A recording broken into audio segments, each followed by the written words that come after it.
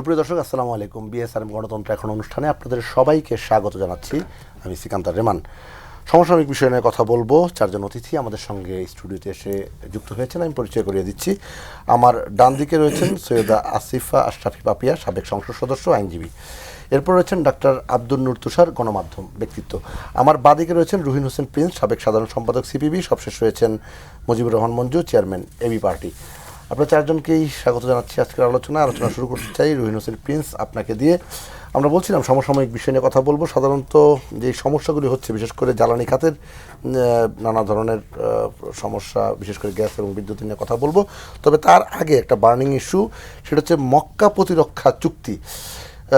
আজকের দিনেই সংসদে পররাষ্ট্রমন্ত্রী বলেছেন বাংলাদেশ আর কখনোই কারো কাছে মাথা নত করবে না, নত যেন পররাষ্ট্রনীতির কবর রচনা করা হয়েছে। আর মক্কা প্রতিরক্ষা চুক্তির বিষয়টি ইতিবাচক হিসেবে দেখছে বাংলাদেশ। আপনাকে ধন্যবাদ। আমি সব আলোচককে ধন্যবাদ জানাই এবং শুভেচ্ছা জানাই। না, আমিও দেখলাম যে এই যে মক্কা চুক্তি, এইটাকে ধরে তো বেশ কিছুদিন আলাপ আলোচনা চলছে। আমি যদি একটু ছোট ছোট করে এইভাবে ভাবি যে প্রথম কথা দেখেন, চুক্তির নাম মক্কা চুক্তি। আচ্ছা, সেটা নিয়ে একটা মন্তব্য আমি শেষ দিকেই করি, কিন্তু এটা তো কম বেশি ইতিমধ্যে আমরা জেনে গেছি। পাকিস্তান, সৌদি আরব এবং তুরস্কের এটা একটা সামরিক চুক্তি, প্রতিরক্ষা চুক্তি, এটাই হচ্ছে প্রধান বিষয়। এবং এর মধ্যে একটু খেয়াল করে দেখবেন, সৌদির টাকা আছে, পাকিস্তানের কি নিউক্লিয়ার ওয়েপেন্স আছে, আর তুরস্কের তো প্রযুক্তি বা অস্ত্রের ভাণ্ডার এগুলো আছে। আবার তুরস্ক কিন্তু ন্যাটোর অন্যতম দেশ, এটা মনে রাখতে হবে। তারপরেও তারা একটা চুক্তি করেছে, যতটুকু আমরা জানতে পারছি সেটা হচ্ছে যে এক দেশ, এটা প্রতিরক্ষা চুক্তি এরকমের যে যে কোনো দেশ যদি আক্রান্ত হয় তাহলে সবাই মিলে এটা রুখে দাঁড়াবে। এটাই হচ্ছে চুক্তির বিষয়টা। তো এবার যদি আমি খুব নির্মোহ জায়গা থেকে দেখি, প্রথমত এই চুক্তিতে বাংলাদেশকে সুনির্দিষ্ট করে আমন্ত্রণ জানিয়েছে এমনটি বলার কোনো কারণ নেই। আজকে পররাষ্ট্রমন্ত্রীর কথাও সেটা প্রকাশিত। যদিও আমাদের অতি উৎসাহী দেখলাম কি পররাষ্ট্র প্রতিমন্ত্রী নাম্বার 1, তো আমরা নতুন নতুন শিখতেছি, নাম্বার 1 তিনি কদিন আগে তো যেভাবে বললেন সেটা তো আবার ভিন্ন ছিল। ভাবটা যেন আমন্ত্রণ জানিয়েছে, আমরা তো এরকম যাচ্ছি। তো এখন ওনার তো নাগরিকত্ব নিয়েই প্রশ্ন আছে। উনি এই দেশের নাগরিক হলেও উনি আসলে তো অন্য দেশের নাগরিক। তা আমরা জানি একটা বিদেশে নাগরিক থাকলে, যেটা আমাদের পররাষ্ট্রমন্ত্রী সম্পর্কে অভিযোগ আছে, সত্য তো আমরা জানি না, তাহলে তো সেই দেশের ওত নিতে হয়, সেই দেশের স্বার্থ রক্ষণ করতে হয়। তা আমি এবার বলি যে এই তাহলে যে আমি চুক্তির ওটা দেখলাম, এবার আমাদের পররাষ্ট্রমন্ত্রী যে কথা বলেছে এটাকে যদি দেখি, যে বাংলাদেশ আর কখনো কারোর কাছে নতজানু হবে না এবং কবর রচনা করলেন। তো আমি তো দেখি যে উনি কবর রচনা করলেন কি আমেরিকা বাদ দিয়ে অন্যদের সাথে। আমেরিকার সাথে তো দাসত্বের চুক্তি উনি করেছেন, এই ব্যাপারে কোনো দ্বিধাদ্বন্দ্ব নাই। অন্ততপক্ষে আমরা পরিষ্কার বলেছি, এবং বাংলাদেশে কে এটা নিয়ে চ্যালেঞ্জ করে করুক, আমরা তো আলোচনায় রাজি আছি। বাণিজ্য চুক্তির নামে করলো, তার দাসত্বের চুক্তি করলো এবং সেইখান থেকে বেরোতে পারবো না, তারপরে তাহলে নতজানু কি ওইটা বাদ দিয়ে অন্যদের কথা বলছে? তো সেটা বলতে পারে, কিন্তু আলটিমেটলি এটা করলো। কিন্তু ইতিমধ্যে তো আমরা দেখছি যে আলটিমেটলি আমাদের পররাষ্ট্রমন্ত্রীর অন্তত যে বিউটিটা একটা আছে, যে সবার সাথে বন্ধুত্ব, কারোর সাথে শত্রুতা না। যদিও আমাদের সংবিধানে যদি আপনি ভালো করে লেখাপড়া করেন তাহলে দেখবেন ওইখানে সাম্রাজ্যবাদী, আধিপত্যবাদী, উপনিবেশবাদী শক্তির বিরুদ্ধে অবস্থান ঘোষণা করার কথা আছে। তাতে ডিফ্যাক্টো জোট নিরপেক্ষ, এখন সেটা এরকম নাই। সেই আন্দোলনের জায়গাটা যাওয়া দরকার। তাহলে ওনার কথার সাথে মেলে না। শেষ কথা একটা এই পয়েন্টে বলি, দেখেন বাংলাদেশে এই প্রতিরক্ষা চুক্তি এত জরুরি এদের সাথে কেন? তো সহজ কথা, আমরা যদি ধরেন এই যে 3 দেশ বা বাংলাদেশ গেলাম 4র্থ দেশ, কেউ বা অন্য দেশের উপর আক্রমণ করলে বাংলাদেশকে আমরা কোথাও অস্ত্র টস্ত্র নিয়ে তার সেখানে যুদ্ধে যেতে পারবো? আমাদের এই যে 3 দেশের তার অবস্থান, বর্ডার পজিশনগুলো দেখেন, ভূরাজনৈতিক অবস্থান দেখেন। তো ভারত পাকিস্তান যদি যুদ্ধ লাগে, তো আমরা কি পাকিস্তানের পক্ষ হয়ে তখন যুদ্ধ যাব নাকি পাকিস্তান এই আমাদের ভূখণ্ড ব্যবহার করবে, এটা করবে, তখন কি অন্যরা ছাড়বে নাকি? তার মানে এই কাজটাই একটা অপ্রয়োজনীয় এবং অন্যতম ক্ষতিকর কাজ হচ্ছে এই চুক্তিতে বাংলাদেশ অংশগ্রহণ যদি করে। যদিও আমি পররাষ্ট্রমন্ত্রীর কথা আবার কোট করছি, এখনও পর্যন্ত আমন্ত্রণ জানিয়েছে এমন কোনো খবর সুনির্দিষ্ট নাই, কিন্তু এইটার কোনো প্রয়োজন নাই। উনি দেখেন এটা বলতে যে আবার বলছে কি বলছে, যে আমরা কি মুসলিম ভ্রাতৃত্ব, এই যে এই কথাগুলো বলছে। তো মুসলিম তো কি ওআইসি দেশ আছে, ইসরায়েল এত বড় ঘটনা, কয়টা মুসলিম দেশ গেল? তো জিনিসটা তো ইজি না। ওটা উনি যেটা বললো যে আমি মুসলিম ভ্রাতৃত্বতা, সেটা তো একটা দেশকে সেইভাবে আপনি কি বলে কয়েনাইজ করার এই জায়গাটা যায় না। আমার শেষ একটা ছোট্ট মন্তব্য, যেটা শুরুতে এটা বলছিলাম, এটা মনে রাখা দরকার ধরুন একটা বিসমিল্লাহ ভান্ডার লিখে রাখলো, ওইখানে তো মাপেও কম দিতে পারে, গাজার ব্যবসাও করতে পারে, বহু কিছু করতে পারে। তা বিসমিল্লাহ ভান্ডার সাইনবোর্ড দেখলে এটা ভালো হবে এমনটা মনে করার কারণ নেই। তা আমি ওই যে মক্কা চুক্তির শব্দ থেকে আমি বলার পক্ষে, ওইটা মানুষের মধ্যে ভুল বুঝে, এটা বলতে হবে পাকিস্তান, তুরস্ক এবং সৌদি চুক্তি, সেটাই উচ্চারণ করা ভালো। না হলে আমাদের কি বলবো, ধর্মপ্রাণ মুসলমান একটু এটা অনেক সময় নাও বুঝতে পারে। তাই এইটা বিবেচনা করে আমি মনে করি যে আমার দেশের, হ্যাঁ অফকোর্স আমি কারোর কাছে নতজানু হব না, আমার স্বার্থ আগে সংরক্ষণ করে যাব। তা সেইটা করতে গেলে আমাকে জোট নিরপেক্ষ অবস্থানের ধারা অব্যাহত রাখতে হবে, নিজের স্বার্থ অক্ষুণ্ণ রাখতে হবে। যদি এমনি যে মার্কিন বাণিজ্য চুক্তি করতে দেশকে একটা দাসত্বের শৃঙ্খলা আবদ্ধ করে ফেলেছি, এই চুক্তিতে যাওয়ার এবং যাব ওই অ্যাটিটিউড বলার প্রধান লক্ষ্যই হবে ওই দাসত্বের ধারাকে আরও বেগবান করে নেওয়া, এবং দেশ একেবারেই নতজানু হয়ে থাকবে, পরনির্ভরশীল হয়ে থাকবে। এটার বাইরে কোনো কিছু অন্ততপক্ষে আমার ছোট্ট বুদ্ধিতে আর কিছু আমি দেখি না। ডক্টর আব্দুল নূর তুষার, আপনি কি এমনটাই মনে করেন কি না? না, মূল বিষয় হচ্ছে যে একটা প্রতিরক্ষা জোটে যোগ দেওয়ার জন্য যে ধরনের সক্ষমতা থাকা দরকার, সেই সক্ষমতা আছে কিনা এবং এই জোটটার কার্যকারিতা কতটুকু হবে সেটা বিবেচনায় নেওয়া উচিত সরকারের। আমি মনে করি যে আবেগে কিংবা উত্তেজনায় কিংবা ভ্রাতৃত্ববোধে উজ্জীবিত হয়ে এই ধরনের জোটে না গিয়ে ভূ রাজনৈতিক সমীকরণ বিবেচনা করে এবং অর্থনৈতিক সক্ষমতা, এই জোটে যোগ দেওয়ার ফলে ভবিষ্যৎ রাজনীতি কিংবা অর্থনীতিতে যে ইম্প্যাক্ট পড়ার সম্ভাবনা, এইগুলো বিবেচনা নেওয়া উচিত। সরকারকে নৈর্ব্যক্তিক হইতে হবে। সরকার নিজেকে মুসলিম, হিন্দু, খ্রিস্টান ভাবলে হবে না। সরকারকে ভাবতে হবে যে একটি আন্তর্জাতিক পরিমণ্ডলে বাংলাদেশ কী ধরনের অবস্থানে রয়েছে, তার ভূ রাজনৈতিক অবস্থান কী, তার ধর্মীয় অবস্থান কী, তার অর্থনৈতিক অবস্থান কী, এবং আসলেই কেউ আক্রান্ত হলে আমরা নিজেকে আক্রান্ত ভেবে এরকম একটি যুদ্ধাবস্থায় কিংবা ধরেন একটা অস্থির অবস্থায় আমরা কি সেখানে যোগ দেওয়ার মতো অবস্থা রাখি কি না, এটা চিন্তা করতে। এবং সেটা যদি চিন্তা করেন তাহলে আমাদের অর্থনৈতিক অবস্থা বিবেচনায় নেন, আমরা অর্থাভাবে আক্রান্ত, আমাদের গ্যাস নাই, ফুরিয়ে যাচ্ছে, আমাদের বিদ্যুৎ উৎপাদন বাধাগ্রস্ত হচ্ছে, আমাদের অভ্যন্তরীণ উৎপাদন ক্ষতিগ্রস্ত হচ্ছে, আমাদের বেকারত্ব বাড়ছে, আমাদের একটা অর্থনৈতিক খারাপ ব্যবস্থার মধ্যে দিয়ে যে আমরা যাচ্ছি, আমাদের কলকারখানা বন্ধ হচ্ছে, আমরা এরকম একটা অবস্থায় আছি। এরকম একটা অবস্থায় মনে করেন আমরা এমন একটা ঘর যে আমরা ভাবছি আমাদের প্রতিবেশী কিংবা আমাদের বন্ধু আক্রান্ত হলে আমরা সেইখানে লাঠিসোঁটা সহ গিয়ে হাজির হব। নিজের ভাত কাপড় জোগানো আমাদের এখন প্রায়োরিটি হওয়া উচিত। অন্য জায়গাতে গিয়ে এই ধরনের চুক্তিতে স্বাক্ষর করে নিজের একটা কমিটমেন্ট করে দেওয়া, এটা আমার মনে হয় যে ঠিক এই মুহূর্তে বিবেচনা নেওয়া উচিত কিনা এটা সরকার নেবেন। আরেকটা বিষয় বিবেচনায় নিতে হবে, এই ধরনের জোটে যাওয়ার সময় দেখতে হবে যে এই রাষ্ট্রগুলি, মানে এই জোটে যারা আছে তাদের শত্রু এই মুহূর্তে কারা। আমাদের কিন্তু ওই অর্থে সেরকম বৃহৎ শত্রু নাই, মানে আমাদের সঙ্গে সারাদিন গোলাগুলি হয়, মারামারি হয়, যুদ্ধাবস্থা বিরাজ করছে, এই যুদ্ধ লাগলো বা আমরা যুদ্ধ করেছি। এইখানে কিন্তু বিবেচনা করলে দেখবেন যে আমরাই মূলত সবচেয়ে শান্তিপূর্ণ দেশ এই চারটা দেশের মধ্যে। সৌদি আরবকে শান্তিপূর্ণ বলা যাবে না এই জন্য যে সে দীর্ঘ সময় ধরে এমন একটা ভূমণ্ডলে অবস্থান করে যেখানে ইসরায়েল আছে, ইরান আছে, ইরাক আছে, তিউনিসিয়া আছে, এবং একটা উত্তপ্ত অবস্থা সবসময় বিরাজ করছে, মিশর আছে, জর্ডান আছে, প্যালেস্টাইন আছে, লেবানন আছে, তাই না? তো এরকম একটা জায়গায় সৌদি আরবের অবস্থান, ফলে সৌদি আরব কিন্তু বহুদিন থেকে একটা উত্তপ্ত জায়গাতে সৌদি আরব, তো এটা চিন্তা করতে হবে। তুরস্ক 2টি বিশ্বযুদ্ধ করেছে এবং নেটোর সদস্য, এবং তুরস্কের অভ্যন্তরীণ অর্থনীতির অবস্থা কিন্তু আসলে অনেক দুর্বল। এখন $1 সম্ভবত এখন 48 লিরা পাওয়া যায় তুরস্কের, যেটা আগে আরো কম ছিল। তো এইটা একটা বিবেচনা যাইতে হবে যে তুরস্কের অর্থনীতিও বেশ অভিঘাতের মধ্যে আছে। আর পাকিস্তানের কথা যদি চিন্তা করেন, তার চিরস্থায়ী শত্রুতা আছে ভারতের সাথে, এবং সারাক্ষণ তারা কোথাও না কোথাও, স্পেশালি লাইন অফ কন্ট্রোল নামে একটা জিনিসই আছে তাদের, যেটা সীমান্ত না, এটা লাইন অফ কন্ট্রোল। তো তারা একটা যুদ্ধাবস্থার মধ্যে আছে। তারা একদিকে আফগানিস্তানের সাথে ঝামেলা আছে, তাদের অভ্যন্তরে বেলুচিস্তানের সাথে ঝামেলা আছে, তারা নর্থ ওয়েস্ট ফ্রন্টিয়ার প্রভিন্সে ঝামেলা আছে, তাদের নিজেদের গণতান্ত্রিক নেতাকে তারা জেলখানায় ঢুকিয়ে দিয়ে তারা একটা শাসন ব্যবস্থা কায়েম করেছে, যেটা আমাদের জুলাই আন্দোলনের সম্পূর্ণ বিপরীত।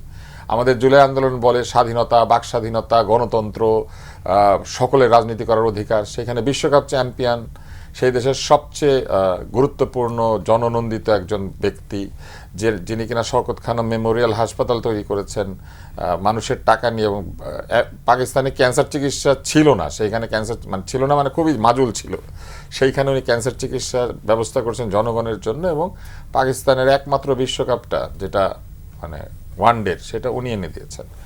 তো সেরকম একটা লোককে তারা জেলখানায় ঢুকিয়ে রেখেছে। এরা তো আমাদের জুলাই আন্দোলনের যে রাজনীতি সেটাও করে না ওখানে, ওই দেশে। তো অতএব আমার কাছে মনে হয় যে চিন্তা ভাবনা করে সিদ্ধান্ত নেওয়া উচিত এই জোটে যাওয়ার সময়।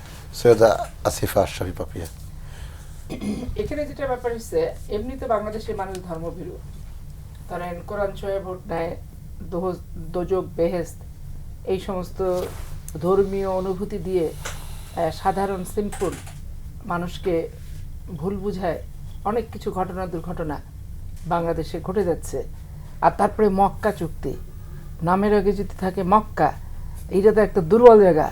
এই যে ভাই যেটা বলছি বিসমিল্লাহ হোটেল, এখন আমি যেটা মনে করি যে পররাষ্ট্রমন্ত্রী যেটা বলেছেন, বাংলাদেশের স্বকীয়তা এবং বাংলাদেশের সার্বভৌমত্ব অক্ষুণ্ণ রেখে প্রভুত্ব নয় আধিপত্যবাদ নয় বন্ধুত্ব, সেটা ঠিক আছে, কিন্তু প্রভুত্ব নয় আধিপত্যবাদ নয় বন্ধুত্ব এটা মক্কা চুক্তি করলে প্রতিষ্ঠিত হবে, আর মক্কা চুক্তি না করলে প্রতিষ্ঠিত হবে না, এরকম বিষয়টা না।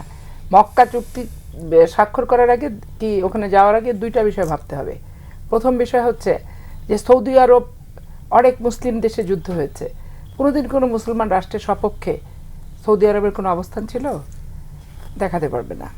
প্রথমত ও ব্যবসায়ী বুঝে, এবং ও হচ্ছে রীতিমতো আমেরিকান এবং ইসরায়েল ব্লকেরই লোক সে। আর দ্বিতীয়ত আর একটা জিনিস, যে বাংলাদেশের জিও পলিটিক্সে ভারতের সাথে পাকিস্তানের প্রতিদ্বন্দ্বিতাপূর্ণ সম্পর্ক সবসময়, কাশ্মীর সীমান্ত সবসময় উত্তপ্ত। বাংলাদেশে সীমান্তে খুন হচ্ছে না চায়না কিংবা কাশ্মীরে, কিন্তু বাংলাদেশে সীমান্তে হত্যা হয় ওদের চেয়ে বেশি, সেটা ঠিক আছে। কিন্তু আমার জিও পলিটিক্সে ভৌগোলিক যে অবস্থানটা, এখানে একবারে প্রচণ্ড রেশারেশির ভূমিকায় মল্লযুদ্ধে অংশগ্রহণ করে রাষ্ট্রকে বিচ্ছিন্ন করা যাবে না। কারণ রাষ্ট্র হচ্ছে সকলের সাথে একটা সামাজিক রাষ্ট্রীয় সম্পর্ক রাখারও একটা ব্যাপার, বিষয়বস্তু থাকতে হবে। কিন্তু এইখানে জিও পলিটিক্সের বিষয়টা ভাবতে হবে, এবং ভারত যে আগ্রাসী মনোভাব নিয়ে বাংলাদেশকে শাসন শোষণ 56 বছর করেছে, ভারতকে উপলব্ধি করতে হবে যে আগ্রাসী শাসন শোষণ গর্জন এবং একবার দেশের ভিতরে এসে মানে বারান্দা পাহারা দিতে যে ঘর দখল, এইরকম মানসিকতা নিয়ে আর বাংলাদেশে ওই আগ্রাসী চালানো যাবে না। এটা ওনাদের উপলব্ধির বিষয় আছে। আর বাংলাদেশ সরকারকেও আজকে বিরোধী দল জামাত ইসলাম হোক, তুরস্কের সাথে তাদের দান খয়রাত আসতেছে, জাকাত পেত্রা আসতেছে, ঈদের সময়ও দেখছি বিভিন্ন এলাকায় বন্টন টন্টন করছে। এখন এগুলো কারোর খপ্পরে পড়া যাবে না। বেসিক্যালি আধিপত্যবাদ মুক্ত বাংলাদেশ এইটা রাখতে হবে। আর আধিপত্যবাদ মুক্ত বাংলাদেশ রাখতে গেলে কার্যকর ভূমিকাটা আমি কোথায় রাখতে পারবো সেটা দেখতে হবে। নামে মাত্র একটা চুক্তি করলাম, কাজের কাজ কিছু হলো না।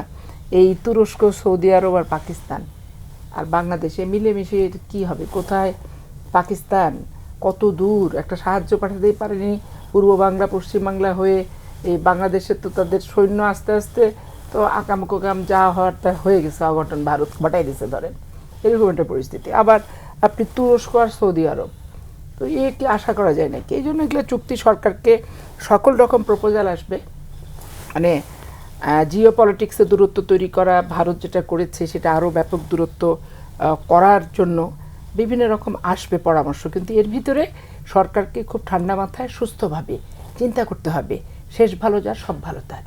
যে আমার এই নুন তেল প্রতিদিনকার চাল, এই গরু, তারপরে এই পেঁয়াজ ডাল, এই সমস্ত কিছু যে আমার প্রতিদিনকার প্রয়োজন, এগুলো আমার সহজলভ্যভাবে কম খরচে কোথা থেকে কিভাবে আমরা সংগ্রহ করতে পারি। আর 15 বছর শেখ হাসিনা এই আপনার ডিজেলের পাইপলাইন বলেন, তারপরে আদানির বিদ্যুৎ বলেন, তারপরে এই যে এই সমস্ত তো ভারতের সাথেই তো করে গেছে। এখন এগুলো টাকা আপনি পরিশোধ করতে না পারলে টাকা দেবে না। আবার আপনি এই সমস্ত চুক্তি মুক্তি সামনে নিয়ে এসে আর একটা অনড় পরিস্থিতির উদ্ভব কিন্তু তৈরি করছে। এই জন্য আমার মনে হয় যে পররাষ্ট্রমন্ত্রী অত্যন্ত বিচক্ষণ একজন মানুষ। আমি অনেক সচিব যারা পররাষ্ট্র মন্ত্রণালয়ে কাজ করেছে, অনেক সিনিয়র ওনার চেয়ে, তাদের কাছ থেকে আমার শোনা কথা, বাস্তব অভিজ্ঞতা আমার নাই, তবে তাদের শোনা কথার ভিতরে আমি বাংলাদেশের অস্তিত্ব, সার্বভৌমত্ব এবং কোনো রাষ্ট্রেরই আধিপত্যবাদ আমি চাই না। আর পাশাপাশি কোনো অহেতুক চুক্তি করে মানে একটা বিশৃঙ্খলাটা আমি চাই না। যুক্তিযুক্ত এবং বাংলাদেশের স্বার্থ সংশ্লিষ্ট চুক্তি দরকার, আমি যেখানে বলবো বাংলাদেশ একটা জিনিস লাভবান যুক্ত হবে। করব, ভারত পাকিস্তান সীমান্তে বেসামরিক নাগরিক নিহত হয় না, এটা একটা মিথ। এটা কিন্তু মিথ। ভারত পাকিস্তান সীমান্তে একে অন্যের গোলাগুলি করে এবং তারা বেসামরিক সিভিলিয়ান নাগরিকদেরকে নিহত করে। 2021 থেকে 2026 পর্যন্ত নির্ভরযোগ্য তথ্য দুইটা দেশ শেয়ার করে না, কারণ সেখানে তারা এক ধরনের যুদ্ধাবস্থা বিরাজ করছে বলে কেউই দায় দায়িত্ব স্বীকার করে না। কিন্তু আমি আপনাকে ভারতের সংসদে উপস্থাপিত একটা হিসাব দিতে চাই। 2012 সালে 4 জন, 14 সালে 13 থেকে 14 জন, 15 সালে 16 জন, 16 সালে 13 জন, 17 সালে 12 জন এইভাবে নিহত হয়েছে। এবং একটা হিসাবে দেখা যায় পাকিস্তানেরও এরকম ডকুমেন্টেড ডেথ আছে, সব মিলে 330 থেকে 370 জন লোক নিহত হয়েছেন দুই পাশে, এবং সেটা বাংলাদেশের সীমান্তের চাইতে অনেক বেশি।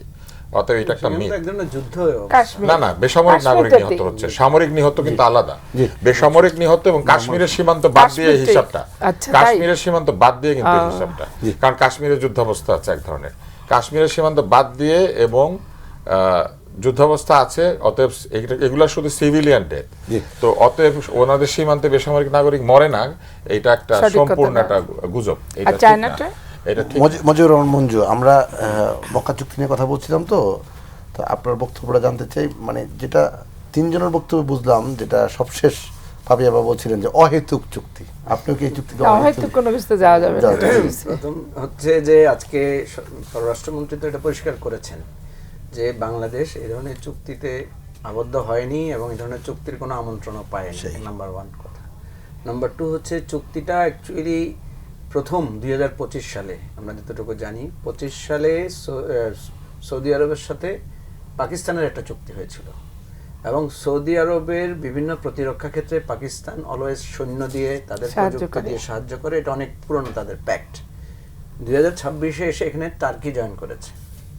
এর আগে আপনি জানেন যে একটা জোটের কথা বলা হয়েছিল 15টা দল মিলে, দেশ মিলে। সেখানে কিন্তু কাতার, বাহরাইন, অন্যান্য যে উপসাগরীয় দেশগুলো আছে সেগুলোকেও সেখানে অ্যাকোমোডেট করা হয়েছে। অর্থাৎ ইরান এবং হুতিদেরকে বাদ দিয়ে বাকি সবাইকে নিয়ে ওই যে বাবাল মানদেব যেই আপনার পথটা আছে, এই পথটাকে সিকিউর করার জন্য এই ধরনের একটা জোটের কথা বলা হয়েছে। এখন প্রশ্ন হচ্ছে, আজকে পররাষ্ট্রমন্ত্রীর কথাটা যেহেতু পার্লামেন্টে উনি বলেছেন, আমি সেটাকেই সবচেয়ে অথেন্টিক এবং রিয়েল সিনারিও বা ইনফরমেশন আকারে দেখতে চাই। এখন ধরেন সৌদি আরব যদি চায় যে আমরা এই ধরনের একটা চুক্তি করেছি 3টা দেশ, আপনারা বাকি দেশও আমাদের সাথে চুক্তি করতে পারেন, তখনই প্রশ্ন আসবে আমরা এই চুক্তিতে স্বাক্ষর করব কি করব না, করলে কি লাভ, না করলে কি ক্ষতি। করলে কি লাভ, এই ধরনের চুক্তিতে যদি আমরা স্বাক্ষর করি তাহলে আমরা বাংলাদেশ আর এলোন মনে করবে না, সবাই মনে করবে যে বাংলাদেশ কোনো না কোনো একটা বৃহৎ শক্তির সাথে। এখানে দেখেন টার্কি একটা বৃহৎ সেনাবাহিনীর দেশ যারা ন্যাটোর মেম্বার, পাকিস্তান একটা পারমাণবিক শক্তির দেশ, সৌদি আরব আর্থিক এবং আমরা যদি বলি পেট্রোল, ডলার মানে ডিজেলের একটা শক্তিশালী রাষ্ট্র। আর আমাদের একটা দুটো সৌদি আরবের সাথে আমাদের বন্ধন আছে। একটা তো একটা রিলিজিয়াস বন্ধন, সেটা সারা পৃথিবীর মুসলমানদের কেন্দ্র আকারে। আর দ্বিতীয় যেটা, সেটা হচ্ছে যে আমাদের ব্যাপক পরিমাণ এক্সপেট্রিয়েট সেখানে থাকে।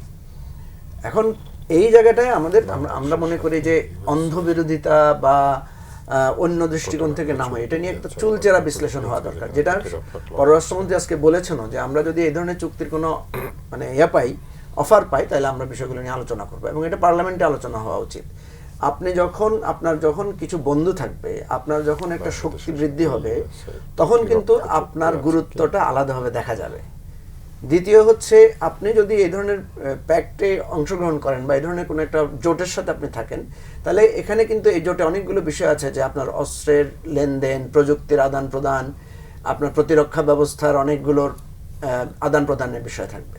তাহলে এই পজিটিভলি দেখলে আমরা অনেকগুলো পজিটিভ জায়গা দেখতে পাই, যে যেখানে আমি আমার শক্তি বৃদ্ধি পাবো, আমার বন্ধু বৃদ্ধি পাবে, আমি প্রতিরক্ষা ট্রেনিং পাবো, আমার এক ধরনের সুরক্ষার জায়গা থেকে আমার আত্মবিশ্বাস শক্তিশালী হবে। অপরদিকে যে কথাগুলো আমার বাকি তিনজনই তুষার ভাই আমাদের সমসাময়িক কিছুটা সামান্য, আর বাকি দুজনই আমার সিনিয়র, ওনারা যেটা বলেছেন যে থ্রেটটাও আমাকে অ্যানালাইসিস করতে হবে, আমার থ্রেট কি হতে পারে। যেমন এটা তো সত্য, আমেরিকার সাথে আমার একটা চুক্তি আছে, সেটা বাণিজ্য চুক্তি, কিন্তু এই বাণিজ্য চুক্তির আড়ালে অনেকে বলেন যে এখানে এক ধরনের সামরিক ইঙ্গিত আছে। আমি যখন ওই জোটের সাথে করব, এখানে কিন্তু একটা কনফ্লিক্টের প্রশ্ন আসতে পারে, নাম্বার 1। নাম্বার 2 হচ্ছে কাউন্টার জোট যেগুলো আছে। এখন এই জোটটাকে কিন্তু মুসলিম ন্যাটো হিসেবে বলা হচ্ছে। আজকে যেটা বলা হয়েছে যে মুসলমানদের যদি এই ধরনের একটা ন্যাটো থাকে, এটা তো খারাপ না এক দৃষ্টিতে। এবং আপনি জানেন যে মুসলমানদের তো ওআইসি আছে, তাই না? তো এই জায়গায় আমি মনে করি আরো ডিটেইলিং আলোচনা আমাদের দরকার, থ্রেড বেয়ার ডিসকাশন দরকার, যে আমার স্ট্রেংথ কি বাড়বে, আমার উইকনেস কি হবে, থ্রেট কি হবে। আমি মনে করি আমাদের এখানে ভারত যেভাবে নানা ধরনের উস্কানি তৈরি করছে, আমাদের যেমন আমাদের সাথে এখন চায়নার সম্পর্ক ভালো হচ্ছে, আমরা যদি ওই ধরনের একটা জোট থাকে, নট ব্যাড এজ এ, মানে আমি যদি থ্রেট আকারে দেখি। মজিবুর রহমান মঞ্জু, আপনি বলছিলেন ওআইসির কথা, মুসলিম ন্যাটোর কথা বলছিলেন, তো এই যে ওআইসি, এটা আসলে কি কার্যকর? না, ওআইসি তো কার্যকর না, এটা নিয়ে তো যথেষ্ট সমালোচনা আছে। আমি বোঝাতে চেয়েছিলাম যে এই যে অ্যালায়েন্সগুলো হয়, অ্যালায়েন্সগুলো হলে সুবিধা হয় কি, সেখানে এই যে জবাবদিহিতার জায়গাটা থাকে, বা এই যে আমরা এখন প্রশ্ন করতে পারছি ওআইসি কেন কার্যকর নয়। ওআইসি কার্যকর নয় কেন? কারণ মুসলিম বিশ্বের মধ্যে তো বিভক্তি আছে, নিজেদের মধ্যেই তো দ্বন্দ্ব আছে। এই যে আমরা এখন যে মক্কা জোটের কথা বলছি, আপনি দেখেন এখানে তো একটা বড় ডিভিশন, যে এখানে সৌদি আরব, মানে এখানে ইরান বা যে হুতিদের কথা বলা আছে, ইয়েমেন বা বিভিন্নভাবে একটা বিভক্তি আছে এখানে। এই জন্য বলছি বিষয়টা খুব কমপ্লেক্স আছে এখানে। যেমন পাকিস্তান কিন্তু আমেরিকার সাথে ইরানের মানে যে যুদ্ধ, এটা দুতিয়ালি করছে কিন্তু সে, ঠিক আছে? তার মানে কি, পাকিস্তান কিন্তু আমেরিকার সাথেও তার সম্পর্ক ভালো, আবার ইরানের সাথেও তার একটা অ্যাক্সেস আছে, যার কারণে সে কমিউনিকেশনটা করতে পারছে। আবার এই পাকিস্তানি কিন্তু সৌদি জোটে যাচ্ছে, যেই জোটটা অ্যাপারেন্টলি আপনার মানে প্রো আমেরিকান ধরা যেতে পারে ইন টার্মস অফ যখন ইরানের সাথে থ্রেট দাঁড়াচ্ছে। তো এই জন্য প্রশ্নগুলো আসছে যে আমরা যদি এই সমস্ত জোটে যাই, যেমন একটা কথা আসছে যে আমেরিকার সাথে আমাদের যে বাণিজ্য চুক্তি বা বাণিজ্য চুক্তির যে সামরিক অংশটা আছে, এখানে কোনো কনফ্লিক্ট তৈরি করবে কিনা। এই জন্য আমি বলছি যে এই মানে আন্তর্জাতিক এই জোটে বাংলাদেশ কিন্তু কখনো কোনোখান থেকে কোনো সামরিক জোটের অফার পায় নাই এ পর্যন্ত। সোফার, আমার ভুলও হতে পারে, আমার তথ্য জানা নাই, কিন্তু বাংলাদেশ কিন্তু জাতিসংঘ শান্তি বাহিনীতে অংশগ্রহণ করছে। সেখানে কিন্তু আমাদের বহু আর্মিরা, পুলিশরা, ইভেন অন্যান্য নিরাপত্তা বাহিনীর লোকেরা কাজও করছে, অনেকে কিন্তু সেখানে মারাও যাচ্ছে। সেটার জন্য তো রাষ্ট্র হিসেবে বাংলাদেশ মানে কারোর জন্য থ্রেট না, না বাংলাদেশ থ্রেট না, সেটা সত্য। কিন্তু আমি তো বলছি যে আমরা এই সমস্ত সামরিক জোটে যেতে হলে আমি যখন যাব তখন আমার কিন্তু থ্রেট আছে কি না, আমার থ্রেটে কতটুকু লাভবান হবে। যেমন প্রশ্ন আসছে যে আমি যদি, কারণ জোটের নিয়মই হচ্ছে যে আমি যখন একটা অ্যালায়েন্স করব তখন অন্য কারোর উপর আঘাত মানে আমার উপর আঘাত হিসাবে বিবেচিত হবে। তো যুক্তির খাতিরে ধরলাম যে আমার উপরে আঘাতকে যদি আপনার টার্কি মনে করে তার উপর আঘাত, সৌদি আরব মনে করে তার উপর আঘাত, পাকিস্তান মনে করে তার উপর আঘাত, কাতার মনে করে বা অন্যান্যরা মনে করে, তাহলে এটা তো আমার একটা শক্তি বৃদ্ধি হবে। এবং এই জোটের সাথে যদি আবার চায়নাদের একটা মিত্র জোট থাকে, কারণ এই ব্লকের সাথে কিন্তু আবার চায়নার একটা কি আছে, মানে সম্বন্ধ আছে। তো আমি এই জন্য বলছি যে আমরা তো এখানে আর ডিসিশন মেক করতে পারবো না, আমরা একটা আলোচনা করতে পারবো।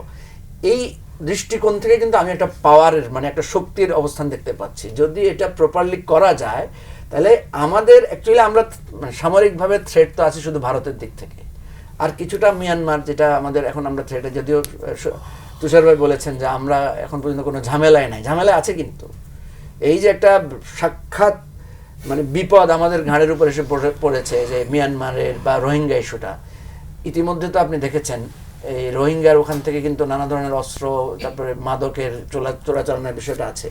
রিসেন্টলি কিন্তু আবার মানে রোহিঙ্গা আসা শুরু হয়েছে। তো এই সার্বিক বিবেচনায় আমি যেটা বলবো, আপনি যে প্রশ্নটা তুলেছেন যে ওআইসি কার্যকর নয় যেটার জন্য, বাট এই জোটটা যদি আরও বিগ অ্যালায়েন্সে করা যেত এবং এটার মাধ্যমে যদি এই ভাতৃঘাতী যুদ্ধটা বন্ধ করা যেত, তাহলে কিন্তু সেটা একদিকে খারাপ হতো না। তো সার্বিকভাবে আমি যেটা মনে করি যে এটা নিয়ে আরও, আমার আগের কথাটাই আমি বলবো যে আরও ডিটেইল গভর্নমেন্টের, আমি মনে করি এটা ক্রস পার্লামেন্টারিয়াল ডিবেট হওয়া দরকার, ডিসকাশন হওয়া দরকার, শুধু পার্লামেন্টে যারা আছে তারা তো না, পার্লামেন্টের বাইরে আরও যারা আমাদের সমর বিশারদরা আছেন, যারা কূটনীতিতে অভিজ্ঞ আছেন, তাদেরও মতামতটা এখানে আমি মনে করি মানে পাবলিক ডিবেট আসা উচিত আর কি। জি, ডক্টর আবুল নূর তুষার, আপনি বিরতির মধ্যে বলতে চাচ্ছিলেন যে সরাসরি দেশের সঙ্গে দেশের চুক্তির বিষয়টি। দেখেন, এই যে 4টি দেশের যদি চুক্তি হয়, ধরেন পাকিস্তান, তুরস্ক, সৌদি আরব এবং আমরা, সামরিক সক্ষমতার বিচারে যদি আপনি দেখেন তাহলে দেখবেন সৌদি আরব হচ্ছে এই 4টি দেশের মধ্যে সবচেয়ে অক্ষম রাষ্ট্র আর কি। তারা নিজেদের সেনাবাহিনীর সেরকম কোনো দক্ষতা নেই এবং তারা মূলত তাদের কারণেই জোটটা আসলে সৌদি আরব তার নিজের অস্তিত্বকে হুমকির মুখে মনে করছে বলে আসলে জোটটা তৈরি করছে। আমাদের যদি এরকম জোট দরকারি থাকতো তাহলে আমরা নিজেরাই এই ধরনের জোট তৈরি করার জন্য গত 50 বছরের চেষ্টা করতাম। আমরা কোনো জোটে যাই নাই বা জোট থেকে আমন্ত্রণ পাই নাই কেন? এত দরকারি আমাদের, এত থ্রেট। আর মিয়ানমারের সাথে আমরা কি আসলে সামরিকভাবে কোনো লড়াই বা এগুলো করেছি বা করতে পারি? এখন পারি না কেন বলেন তো? পারি না কারণ চীনের সঙ্গে মিয়ানমারের প্রবল সখ্যতা রয়েছে। চীনের কারণেই কিন্তু আমরা রোহিঙ্গাদেরকে ফেরতও পাঠাতে পারি না এতদিন পর্যন্ত। আবার এখানে একটা মজা আছে, রোহিঙ্গাদেরকে আমরা 3 লাখের বেশি পাসপোর্ট দিয়েছি সৌদি আরবের অনুরোধে। সৌদি আরব বলেছে এত রোহিঙ্গা আমাদেরকে দাও, কিন্তু বাংলাদেশি পাসপোর্ট দিয়ে পাঠাতে হবে। আপনি চিন্তা করেন, এরা কি বাংলাদেশে রেমিটেন্স পাঠায়? কিন্তু আমরা 3 লাখ পাসপোর্ট দিয়েছি। এই 3 লাখ চাকরি বাংলাদেশিদের নামে হয়েছে সৌদি আরবে, কিন্তু এই রেমিটেন্স আমাদের কাছে আসে না, বরং 3 লাখ বাংলাদেশি সেখানে চাকরি পায় নাই। আমাদের 3 লাখ জব তাদেরকে দিতে হয়েছে। অথচ মঞ্জু ভাই খুব সুন্দরভাবে বললেন, রোহিঙ্গাদের মাধ্যমে ইয়াবা আসে, রোহিঙ্গারা ওখানে 10টার বেশি সশস্ত্র গ্রুপ তৈরি করেছে। এটা আমাদেরই নিরাপত্তা বাহিনীগুলির রিপোর্ট যে পরস্পর বিবদমান, তারা নিজেরা মারামারি করে, একজন আরেকজনের উপরে খুনাখুনি করে, তারা সশস্ত্র। তারা 10টার মতো গ্রুপ সেখানে তৈরি করেছে। তারা ঢুকেছে আমাদের দেশে জোর করে, তারপর আমাদের আইন শৃঙ্খলা নষ্ট করতেছে, আমাদের এখানে মাদকের ব্যবসা করতেছে, এগুলা করতেছে। এবং এদের পিছনে এই আশকারা দিচ্ছে কে? এখন ধরেন যদি চুক্তি করতে হয়, আমি মনে করি তাইলে নত যখন হয়েছেনই, মাথা যেহেতু নিচের দিকে নামিয়ে দিয়েছেন, যেহেতু চাটছেন ইউনূসের মাধ্যমে কারো না কারো, তাহলে কারো না কারো পাদুকা, তাহলে শুধু বাণিজ্য চুক্তি কেন?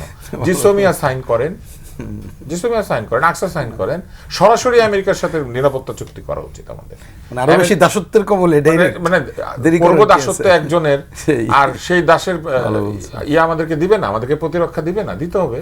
আমেরিকার সাথে করেন, চীনের সাথেও। আমি কিন্তু এটা আবেগ থেকে বলছি না, আমি এটা একদম যুক্তি দিয়ে বলছি। দ্বিপাক্ষিক চুক্তি যদি হয়, আমরা গুলি ফুটাই চীনের গুলি, বন্দুক ফুটাই চীনের বন্দুক, আর হচ্ছে আমাদের বিমান বাহিনীর বিমান কিনবো চীন থেকে, আমাদের প্রধানতম সমরাস্ত্র সরবরাহ করে কিন্তু চীন।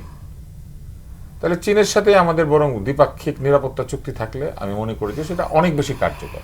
কারণ যদি ভারতই আমাদের থ্রেট হয়ে থাকে, তাহলে চীন আর ভারত শত্রু, তাহলে ওইখানে আমি আরো বেশি পরিমাণে চীনের মিত্রতা আশা করতে পারি। আবার চীন তো পাকিস্তানেরও বন্ধু, তাহলে চীনের সাথে মিত্রতা থাকা মানে আমি পাকিস্তানের মুরব্বীর সাথে চুক্তি করেছি, তাই না? এটা তো কোনো অসুবিধা নাই। কিন্তু চীনের সাথে পারবে না কেন জানেন? কারণ আমেরিকা আবার চীনের সাথে বন্ধুত্ব পছন্দ করে না। এবং আমেরিকা অলরেডি বলেছে যে মানে ইরানের সাথে ব্যবসা সম্পর্ক রাখে, এদের বিরুদ্ধে সে ব্যবস্থা নেবে, একটা ইশারা ইঙ্গিত করেছে কয়েকদিনের আগে। আপনি আন্তর্জাতিক পত্রপত্রিকা পড়লে দেখবেন। এবং সেইখানে 2 নম্বর 3 নম্বরে নাম আছে হচ্ছে, মানে আমদানির দিক থেকে নাম আছে মনে হয় 2 নম্বরে, আর রপ্তানির দিক থেকে নাম আছে 3 নম্বরে তুরস্কের। মানে কালকে যদি আমেরিকা ইরানের বন্ধুদের বিরুদ্ধে ব্যবস্থা নেয়, তাহলে তুরস্কের বিরুদ্ধে ব্যবস্থা নেবে। তখন আপনি কি করবেন? আপনি তো বাণিজ্য চুক্তিতে বলেছেন আমেরিকা যদি কাউকে পছন্দ না করে, তাহলে আপনাকে আমেরিকার পক্ষ নিতে হবে, আপনি আমেরিকার পক্ষেই থাকতে হবে। অতএব আমি মনে করি যে এই চুক্তিটা, আমি বিরোধী না, আমি মনে করি যে বাংলাদেশ যে কোনো চুক্তি বাংলাদেশের স্বার্থে করবে। এখন এই সরকারের প্রধান সংলাপ কি? সবার আগে বাংলাদেশ। তাহলে সবার আগে বাংলাদেশকে বিবেচনা করে বাংলাদেশের জন্য একটা এই চুক্তির স্ট্রেংথ, এই চুক্তির উইকনেস, এই চুক্তির থ্রেট এবং এই চুক্তির অপরচুনিটি, এই 4টা প্রকৃত অর্থে আবেগবিহীন বিবেচনা রাখা উচিত। যে এইখানে কোনো ধর্মীয় আবেগ নয়, এখানে কোনো রাজনৈতিক আবেগ নয়, এইখানে একদম বাস্তবতায় অর্থনৈতিক এবং সামরিক এবং ভূরাজনৈতিক অবস্থানকে বিবেচনায় নিয়ে একটা প্রপার অ্যানালিসিস করে আমাদেরকে এখানে যাওয়া উচিত। কারণ মনে করেন আপনি যুদ্ধ করতে যাচ্ছেন, মানে আমার বন্ধু আক্রান্ত হয়েছে, আমি যাব, কিন্তু আপনার গুলি আর বন্দুক যখন চীন থেকে আসে, তাইলে আপনি চীনের গুলি চীনের বন্দুক নিয়ে আদৌ যেতে পারবেন কিনা এটা কিন্তু আপনার জিজ্ঞেস করতে হবে আমেরিকার কাছে। এইটাই তো বাস্তবতা। তাহলে আমেরিকার সাথে আমাদের দ্বিপাক্ষিক নিরাপত্তা চুক্তি করা উচিত, চীনের সাথে দ্বিপাক্ষিক নিরাপত্তা চুক্তি করা উচিত এবং রাশিয়ার সাথেও দ্বিপাক্ষিক নিরাপত্তা চুক্তি করা উচিত। কেন? কারণ রাশিয়ান পারমাণবিক চুল্লি এখানে আছে, তাদের বিনিয়োগ আছে, সবার সাথেই করি। সবার সাথে দ্বিপাক্ষিক চুক্তি করা উচিত, জোট না। আমার অস্তিত্ব বিপন্ন হলে তুমি বন্ধু হিসেবে আমাকে সহায়তা করবে। কেন? কারণ তাদের স্বার্থ আছে বাংলাদেশে। রাশিয়ার পরমাণু চুল্লি আছে, কোনো কারণে আমাদের ঝামেলা হলে এই ঋণ শোধ হবে না। যে কারণে আমেরিকা দ্বিতীয় বিশ্বযুদ্ধের সময় ইউরোপিয়ানদেরকে টাকা ধার দিয়েছিল কেন জানেন? এবং যুদ্ধ শেষ পর্যন্ত চলে গেল, প্রথমে সে ধার দিয়েছিল এবং বার্টার পদ্ধতিতে সে ধার দিচ্ছিল যে তোমাকে আমি যুদ্ধজাহাজ দিব, তোমাকে আমি অস্ত্র দিব, ট্যাঙ্ক দিব, এটা দিব, সেটা দিব, যুদ্ধে যদি জিতো তাহলে তুমি এগুলো শোধ করবা। এক পর্যায়ে আমেরিকা দেখে যে এরা যদি হেরে যায় তাহলে আমেরিকা দেউলিয়া হয়ে যাবে, কারণ এই টাকা শোধ করতে পারবে না ইউরোপিয়ানরা। তখন আমেরিকা যুদ্ধে গিয়েছে এই টাকা উদ্ধার করার জন্য। এগুলো হচ্ছে পরিষ্কার বইয়ের মধ্যে লেখা আছে, এগুলো পড়লে আপনারা দেখবেন। অনেক অ্যানালিসিস আছে দ্বিতীয় বিশ্বযুদ্ধে, কিন্তু আমেরিকা যে সরাসরি যুদ্ধে চলে গেল, এই যুদ্ধে চলে যাওয়ার প্রধানতম কারণ ছিল যে ইউরোপ যুদ্ধে হিটলারের কাছে হেরে গেলে এই টাকা ফিরবে না, এই যুদ্ধ জাহাজটা কিচ্ছু ফিরবে না। এবং আপনি লক্ষ্য করলে দেখবেন অনেকেই বলে থাকে যে পার্ল হারবারের যে আক্রমণ, এটা একটা অদ্ভুত আক্রমণ না? এবং আপনি আমাকে একটা জিনিস বলেন, আমেরিকার সাথে সবচেয়ে বড় বন্ধুত্ব হয়ে গেল কার? যার উপরে সে পরমাণু বোমা ফেললো। কেন হলো? কারণ জাপানিজরা হচ্ছে ওইভাবে চিন্তা করে, আবেগ না, প্রয়োজন। এবং সেই প্রয়োজনে গিয়ে জাপানিরা কি করলো? ওই আমেরিকাকেই বাজার বানিয়ে গাড়ি পাঠালো, ইলেকট্রনিক্স পাঠালো। জাপানের যতগুলো উন্নয়নের জায়গা এগুলো সব আমেরিকার সাথে ব্যবসায়। তাহলে যে তাদেরকে পরমাণু বোমা ফেললো, মানুষের উপর এত বড় মানবাধিকার বিরোধী কাণ্ড কারখানা করলো, তার সাথেই জাপান সবচেয়ে বড় বন্ধুত্ব করলো। কেন করলো? কারণ ওই যে চুক্তি করার সময় সবার আগে জাপান। ঠিক একইভাবে আমি বলবো চুক্তি করার সময় সবার আগে বাংলাদেশ। এটা যদি মাথায় রাখেন, তারপরে যে কোনো চুক্তি তারা করবেন, আমার ধারণা সেই চুক্তি ভুল হবে না। কিন্তু সবার আগে ওই যে ভাই ভাই, এটা ঝামেলা। আপনার ভাই যদি ডিস্টার্ব হয়ে থাকে, সেই ভাইয়ের পিছনে আপনি দাঁড়ান, আপনি শুদ্ধা যাবেন। জি, প্রিন্স, আপনি কি এই বিষয়ে কিছু বলতে চান? না, আমি একটা মন্তব্য ছোট করি। সেটা হচ্ছে যে দেখেন, কথাটা আমরা এখানে আলোচনা করছি যে পররাষ্ট্রমন্ত্রী তিনি এটা তো বলেছেন, আমরাও বলেছি, উনিও বললেন যে এখনও আসে নাই, মানে ওই ধরনের কোনো আমন্ত্রণ নাই। কিন্তু আমার পজিশনটা এটা পরিষ্কার করে বলি, আমন্ত্রণ আসে ঠিক আছে, কিন্তু তারপরে উনি আজকেও যে ধাঁচে কথা বললেন মুসলিম ভ্রাতৃত্বের এবং অন্য জায়গাটা, সেইটাকে ধরে আমাদের মতো দেশের বাস্তবতা যদি যেতে হয় তাহলে এটা খুবই ক্ষতিকর জায়গায় দাঁড়াবে। এটা নানা ধরনের বিশ্লেষণ করতে পারেন। সবচেয়ে বড় বিষয়টা হচ্ছে যে আমাদের দেশের এখনকার যে ইকোনমিক পজিশন, আজকেও দেখলাম, দেখেন এই যে বিদ্যুৎ, গ্যাস, পানি, কর্মহীনতা এগুলো আছে, কিন্তু দেখলাম সেটা তো বোধহয় চীন থেকে সম্ভবত যুদ্ধজাহাজ কেনার কথা বলতেছে। তা আপনি কোনটা কারেক্ট? ওইদিকে আপনি যুদ্ধজাহাজ কিনবেন চীন থেকে, আবার এইদিকে যে আপনি এই 3 দেশের সাথে একটা প্রতিরক্ষা চুক্তি করতেছেন। এই সব কিছুই হচ্ছে যে বাংলাদেশকে তার জনগণের স্বার্থ না দেখে ভূ রাজনৈতিক কারণে হয়তো ক্ষমতাশ্রয়ী কোনো ব্যক্তি বা গোষ্ঠী তার স্বার্থ রক্ষায় এই আলোচনাগুলো আনতেছে। সেই ক্ষেত্রে আমি বলবো এখনও পর্যন্ত আমাদের সংবিধানে যেটা আছে, আমাদের জোট নিরপেক্ষটা অনুসরণ করা, সাম্রাজ্যবাদ, আধিপত্যবাদ, নয়পরিবাদ লেখা আছে বলেই বলছি, এইটা করা। আর একটা কথা এখানে যুক্ত করি, যদি আপনি নতুন করে এই যে একটা ঐক্যমত্যের আলোচনা আসে, সেইটা যদি করতে চান তাহলে কিন্তু এখানে পরিষ্কার করে, সেটা আমি জানি না ভবিষ্যতে সংবিধানে তারা এটা মানে সংশোধনের সময় সংযোজন করবে কিনা, কোনো চুক্তি করার আগেই পার্লামেন্টে এটা রেকটিফাই করতে হবে। তার মানে পার্লামেন্ট মিনস হচ্ছে এটা আলাপ আলোচনা। পার্লামেন্টে যখন আলোচনার কথা বলা হয়, আমি যদি বুঝে থাকি শুধুমাত্র পার্লামেন্ট না, পুরো দেশের মানুষের কাছে আলাপ আলোচনাগুলো করতাম। যে আলোচনা আমি মনে করি আজকে এখানে একটা লোড পেয়েছে, যে আলাপ আলোচনা করেই যাওয়াটা দরকার বলে আমরা মানে এটাই মনে করি। কিন্তু সেই জায়গাটায় যদি এটা না করি, আমরা এই আলোচনার মধ্যে থাকি, তাহলে দেখবেন উপরের আলোচনা হচ্ছে তল দিয়ে জনগণের সংকটের জায়গায় কিন্তু আমরা যেতে পারছি না। এই সমস্ত কেনা, অমুক কেনা, তমুক কেনা, সেটার মধ্যে ঢুকে যাব এবং আমাদের আর্থিক একটা নতুন ধরনের আর একটা সংকটে পড়ব।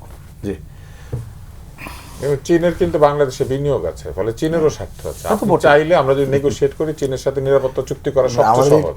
আমাদের টকশোটা যদি নীতি নির্ধারকরা দেখে থাকেন, নিশ্চয়ই আপনার পরামর্শ ধরেন সত্যিকার অর্থে যদি আমরা আমাদের মিলিটারি ইস্যুটা সিরিয়াস তো হয়ে যাচ্ছে দিনের পর দিন, সো আমাদেরকে তো যে কোনো একটা বলয়, শক্তির বলয়, আমরা মুক্তিযুদ্ধের সময় কি হয়েছে, আমরা আমেরিকার বলয়ের বাইরে রাশিয়ার বলয়ের সাথে আমরা প্যাক্ট করেছি না, এক ধরনের কমিউনিকেশন তো হয়েছে। একা তো আমরা পাকিস্তানিদেরকে হারাইতে পারি নাই, ইন্ডিয়ার সাপোর্ট নিতে হয়েছে, রাশিয়ান সাপোর্ট নিতে হয়েছে, ইভেন আমেরিকা আমাদের মুক্তিযুদ্ধের বিরুদ্ধে ছিল, কিন্তু আমেরিকান জনগণ আমাদের সাপোর্টে ছিল, মানে সিভিল সোসাইটিতে আমরা সাপোর্ট পেয়েছি। সুতরাং আপনার এটা নিয়মই হচ্ছে সারা পৃথিবীতে আপনাকে রক্ষা করতে হইলে আপনার একটা মিলিটারি অ্যালায়েন্স আপনার লাগবে, বাট ওটা থ্রেট অ্যানালাইসিস করতে হবে। আরেকটা কথা হচ্ছে যে পৃথিবী যেদিকে যাচ্ছে, ঠিক আছে, এখন তো ভাই যুদ্ধের চাইতেও নেপালে যে ঘটনা ঘটেছে, জি, আপনার এই ধরনের কোনো ন্যাচারাল ডিজাস্টার রেস্কিউ করার জন্য তো আমাদের দেশের অ্যাবিলিটি নাই, তখনও তো আপনার বন্ধু বান্ধব নানা ধরনের বিষয় লাগবে। যুদ্ধ তো এখন খালি দেশে দেশে যুদ্ধ হবে না, এখন তো ওইসব চুক্তি ওইসব চুক্তি বেশি জরুরি। হ্যাঁ, না, এখন তো আমি মনে করি সেইটাই না। এখন আমি খালি তো- 30 সেকেন্ড বলি যে যেটা তুষার বলতেছিলেন যে উনি হয়তো আমি জানি না কোন স্পিড থেকে বলেছেন, হয়তো ভিন্ন স্পিড হতে পারে। ওয়াই সামরিক চুক্তি, আমি তো দ্বিপাক্ষিক আরো নানা ধরনের চুক্তি করতে পারি। সেই জায়গাটার বাইরে আরেকটা আপনি আপনার কথা বলি, যদি বলেন মুক্তিযুদ্ধ এবং ওই সময়টা এবং তার পরবর্তী বাংলাদেশ কিন্তু জোট নিরপেক্ষ নীতি অনুসরণ করেছে। প্রিন্স ভাই, এটাই কিন্তু প্রিন্স প্রধান ভাই ছিল। যত চুক্তির কথাই বলেন, একটা যান সৌদি আরবের সাথে চুক্তি করতেছে কেন টার্কি, পাকিস্তান কেন করতেছে?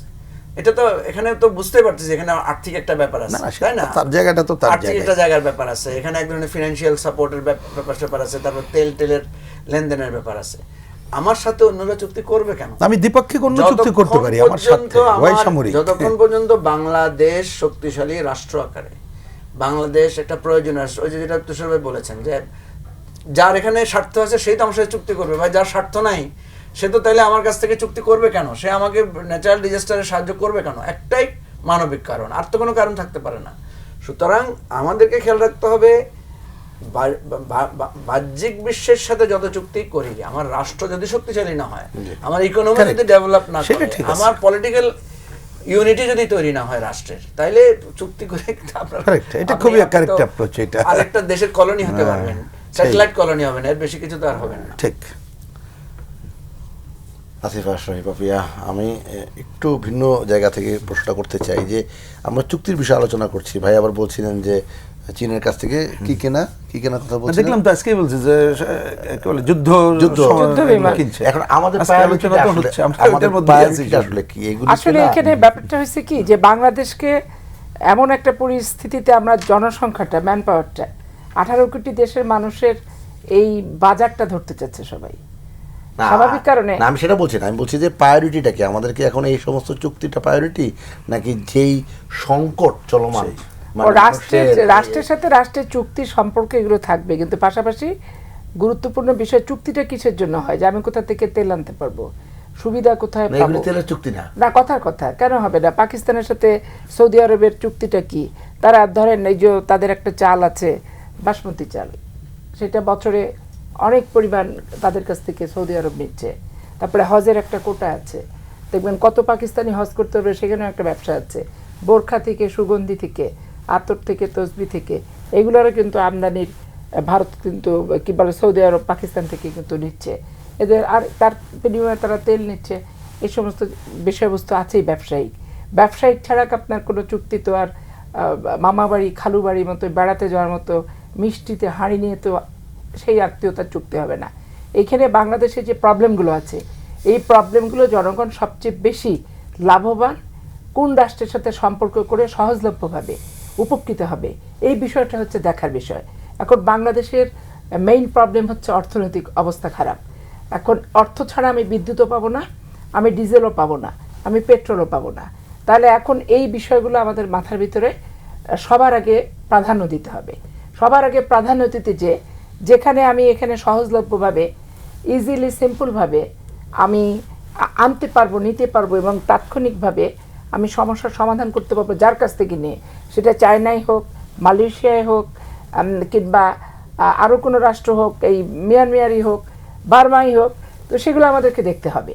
আর হয় কি একবারে ভারতের উপরে ডিপেন্ড হওয়ার কারণে 15 বছর যে প্রবলেমটা তৈরি হয়েছে, এরকম এককভাবে ডিপেন্ড হওয়া যাবে না, হলে দাদাগিরি আপনি মুক্ত হতে পারবেন না। আবার অন্যান্য দেশ দেখা যাচ্ছে আমার এত বেশি দূর যে গম আনতে, চাল আনতে, এই পার্শ্ববর্তী জায়গা থেকে মালয়েশিয়া থেকে আনতে যতটুকু খরচ, আর ওই ত্রিমুল্লুক থেকে আনতে যে তার 3 ডাবল খরচ। এখন জিনিসের চেয়ে যদি ক্যারিং কস্ট বেশি হয়ে যায়, সেটা কিন্তু টোটাল বাংলাদেশের মানুষের উপরই কিন্তু এটা একটা বোঝা হয়ে দাঁড়ায়। এই জন্য বিভিন্ন দেশ এখন আসবে বাংলাদেশের সাথে ব্যবসা বাণিজ্য করার জন্য চুক্তির বাহানা নিয়ে বহুত কিছু।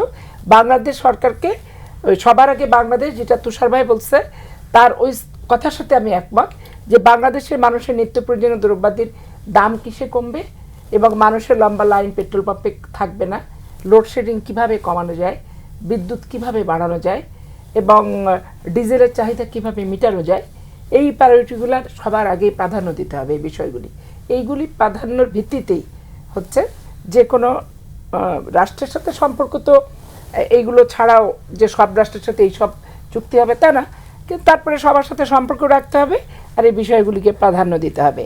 তবে শুধু বাংলাদেশে বাজার সৃষ্টি করার জন্য চুক্তির হাত বাড়ালাম, এটা আর একটা কিন্তু ছদ্মবেশী দাদাগিরি। এই জন্য ছদ্মবেশী দাদাগিরি আর প্রকাশ্যে দাদাগিরি, এই সমস্ত বিষয়গুলো কিন্তু বিশ্লেষণ খুব গভীরভাবে করতে হবে। করলে দেখা যাবে সত্যিকার অর্থেই 18 কোটি বাংলাদেশের মানুষের প্রত্যাশা এবং সীমাবদ্ধতার ক্ষেত্রে পূরণ করা যতটুকু সম্ভব সেটুকুর জন্য সর্বাত্মক প্রচেষ্টা সরকার করবে এবং সরকারের এই প্রচেষ্টাকে জনগণকে ভালোভাবে নিতে হবে, দেখতে হবে যে সীমিত ক্যাপাসিটির ভিতরে এত সমস্যার ভিতরে জনগণই যে প্রধান বিষয় এবং জনগণকে নিয়ে যে সরকার ভাবছে সেটা তাদের বক্তব্য, বিবৃতি, পারফরমেন্সের ভিতর প্রকাশও করতে হবে। জি, আব্দুল লতিফ স্যার, আমরা সংকটের কথা আপা বলছিলেন, ফিলিং স্টেশনগুলোতে, গ্যাসের পাম্পগুলোতে এখনও কিন্তু স্বাভাবিক হয় নাই।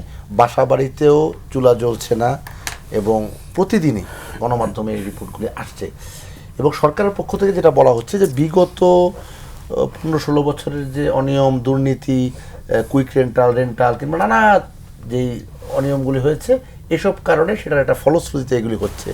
এখন এই বিগত দিনের অন্যায়ের কথা, অপশাসনের কথা, দুঃশাসনের কথা বলে বর্তমান সাধারণ মানুষকে সান্ত্বনা দেওয়া যাবে কিনা? সাধারণ মানুষকে সান্ত্বনা দিতে চাইবে সরকার, এটা আমরা আশা করি না। আমরা চাই সরকার স্বচ্ছতার সাথে তার ভালো মন্দ জনগণকে জানাবে। সরকার যেখানে পারবে না বলবে যে আমি এটা পারছি না এই কারণে, আর যেটা পারবে সেটা করে দেখাবে। মুশকিল যেটা হচ্ছে যে আপনি যে সংকটগুলির কথা বললেন, এইসব সংকট বজায় রেখে আমরা ধরেন যুদ্ধজোটে যোগ দিয়ে আমরা যুদ্ধ করতে যাচ্ছি, সাধারণ মানুষের কাছে এটা খুব একটা গ্রহণযোগ্য হবে না। সাধারণ মানুষেরকে শান্তিতে রাখতে পারলেই কেবল আপনি অন্যের হয়ে যুদ্ধ করতে যাইতে পারেন। একদিকে আপনি নিজের ঘরে গ্যাসের চুলা জ্বলে না, গ্যাস নাই, অন্যদিকে আপনি প্রাণ দিতে যাচ্ছেন এক বিদেশি রাষ্ট্রের জন্য, দেশের সন্তান যাচ্ছে, এটা আসলে খুব একটা যৌক্তিক অবস্থান না। আর যদি বলেন আমাদের সামরিক ক্রয় আমরা চীন থেকে করি বা যেখান থেকে করি, এটা আমাদের যারা সামরিক বাহিনী যারা পরিকল্পনা করেন তারা তাদের প্রয়োজন অনুযায়ী করেন। তবে এই কথা কিন্তু ঠিক যে আমাদের যুদ্ধ বিমানের প্রয়োজন আছে এবং আমাদের পুরনো যুদ্ধ বিমানগুলো অনেক পুরনো হয়ে গিয়েছে, ফলে আমাদেরকে নতুন জেনারেশনের যুদ্ধ বিমান প্রয়োজন আছে। সেই প্রয়োজন আমরা যেখানে সস্তায় পাবো, ভালো জিনিস পাবো, সেটা কিনবো। এটা সবাই তাই করে।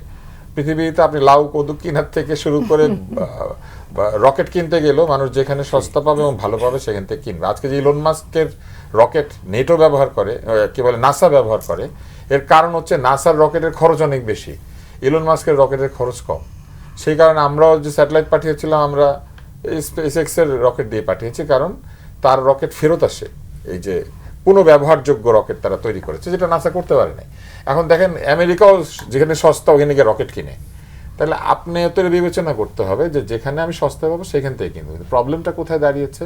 ইউনূস সাহেব এমন একটা চুক্তি করে গিয়েছেন যেটা বাণিজ্য চুক্তির আড়ালে এক ধরনের দাসত্ব চুক্তি। সেই দাসত্ব চুক্তির বোঝা এই সরকার মাথায় নিয়ে সামনের দিকে যাচ্ছে। এইটা আমি মনে করি যে এই সরকারকে একটা খুবই চাপের মধ্যে ফেলে দিয়েছে এবং তার মধ্যে সরকারের উপরে বিরোধী দলের একটা চাপ আছে। বিরোধী দলের যেসব এজেন্ডা সেগুলো সরকারের মাধ্যমে বাস্তবায়ন করার একটা চেষ্টা বিরোধী দল চালিয়ে যাচ্ছে। ড্রোন বানানোর আপনার মনে আছে কিনা জানি না, এনসিপির ম্যানিফেস্টোর মধ্যে লেখা ছিল আমরা ক্ষমতায় গেলে ড্রোন বানাবো। আর এরা তো বলবে আপনি জোটে যোগ দেন, আপনি ড্রোন বানান। আপনি ভাই দেশের সার নাই, ড্রোন বানাবে?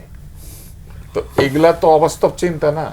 আপনি ড্রোন যে উড়াইবেন, আপনার বিদ্যুৎ নাই, আপনার লিথিয়াম ব্যাটারি বানানোর ক্ষমতা নাই, আপনার ডিজেল নাই, আপনি ড্রোন উড়াইবেন কি দিয়ে? আপনি কি এই যে গুলতি দিয়ে ড্রোন ছাড়বেন? এইগুলো হচ্ছে বাল্যক সুলভ চিন্তা ভাবনা। এইসব চিন্তা ভাবনা বিরোধী দল এখন সরকারের উপরে চাপ সৃষ্টি করে এগুলো করার চেষ্টা করছে। এই সরকারকে প্রথম আমি যেটা মনে করি, বিরোধী দলের চাপ চিন্তা না করে, বিরোধী দল রাস্তায় কি করবে এটা চিন্তা না করে সরকারকে চিন্তা করা উচিত যে বাংলাদেশের সাধারণ জনগণ এই সরকারকে 2/3 ভোট দিয়েছে, অতএব এই 2/3 ঘরের চুলা জ্বালানো এই 2/3 ঘরের সন্তানদের জন্য চাকরি সুযোগ সৃষ্টি করা, বিদেশে লোক পাঠানোর সুযোগ সৃষ্টি করা, আমাদের রেমিটেন্স আর্নিং কিভাবে বাড়ানো যায় সেগুলো সৃষ্টি করা, এগুলো হওয়া উচিত আমাদের প্রধানতম দায়িত্ব। আমরা যে শান্তিরক্ষী বাহিনীতে যাই, এটা মূলত আমরা রেমিটেন্স আর্ন করি, আমরা ডলার আর্ন করি, আর আমরা এখানে আমাদের সামরিক বাহিনীকে টাকায় বেতন দিই। তো এটা কিন্তু আমরা আসলে রেমিটেন্স আর্ন করি। এবং এইখানে পুলিশ যায়, এইখানে 3টা বাহিনী যায়, সবাই যায়, গিয়ে কি করে বিবদমান 2টি রাষ্ট্রের মাঝখানে দাঁড়িয়ে শান্তি রক্ষা করে। ওখানে কিন্তু পাকিস্তানও যায়, পাকিস্তানও প্রচুর শান্তিরক্ষী বাহিনী যায়। তাহলে দেখেন আমরা ওই জায়গা থেকে বের হয়ে এসে আমরা এক ধরনের যুদ্ধজোটে যাওয়ার চেষ্টা করছি। আমার কথা হচ্ছে যুদ্ধজোট না, বরং আমাদের মিত্র দেশগুলির সঙ্গে আমাদের বাইল্যাটারাল প্রতিরক্ষা চুক্তি যদি আমরা নেগোসিয়েশনের মাধ্যমে করতে পারি, সেটা আমাদের জন্য অনেক ভালো হবে। আজকে যদি চীনের সঙ্গে আমাদের একটা বাইল্যাটারাল প্রতিরক্ষা চুক্তি থাকতো, তাইলে আপনি ধরেন ভারতের থ্রেট বলা হচ্ছে, এটা কোনো কার্যকর থাকতো না।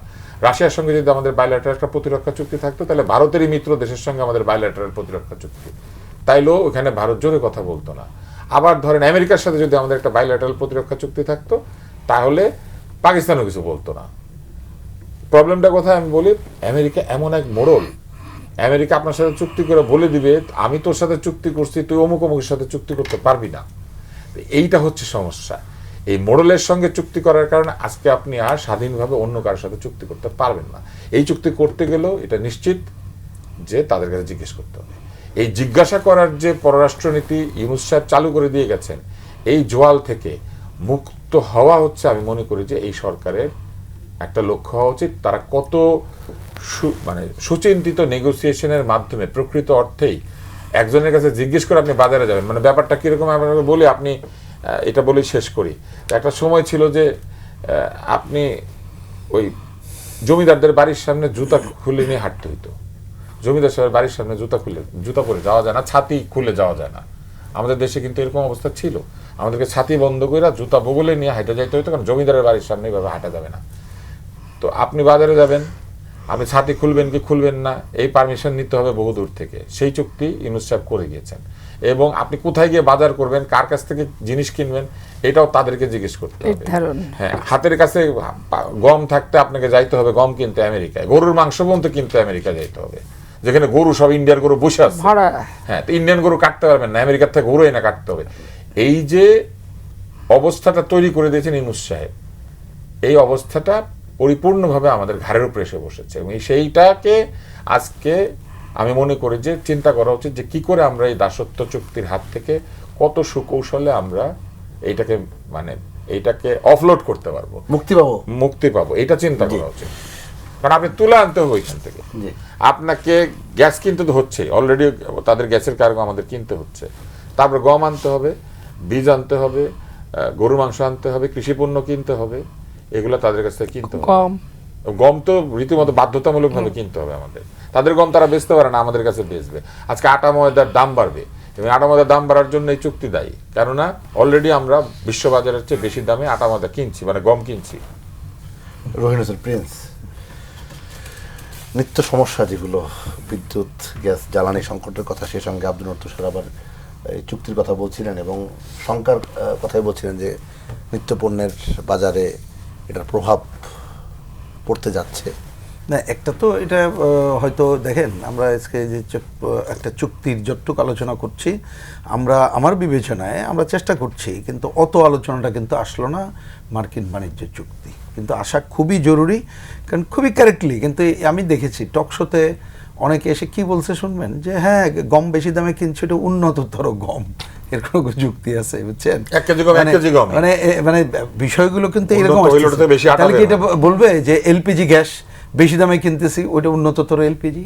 তার মানে এইটা সব কিছুই জনগণের ঘাড়ের উপরে যাবে, কারণ এটা দাসত্বের চুক্তি। তা সেইটা থেকে ওইটাকে যদি সরকার না বোঝে, কিন্তু এই কথাটা একটা বলতে হবে, ইউনূস সাহেব করছেন ঠিকই, কিন্তু যিনি এখনকার পররাষ্ট্রমন্ত্রী তখনও দায়িত্বে ছিলেন, উনি কিন্তু বলছে বিএনপি এবং জামাতের সাথে কথা বলেই করেছেন। সুতরাং এই দায় বিএনপি এবং জামাত ইসলাম এড়াইতে পারবে না।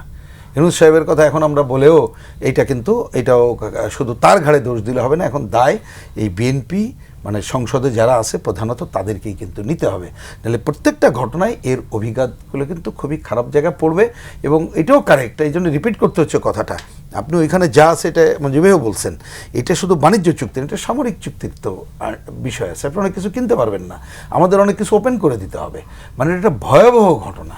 সুতরাং এর থেকে বেরোয় না আসতে পারলে আপনি কখনো ওই যে সবার আগে বাংলাদেশ ওর ধারার মধ্যে আপনি যেতে পারবেন না।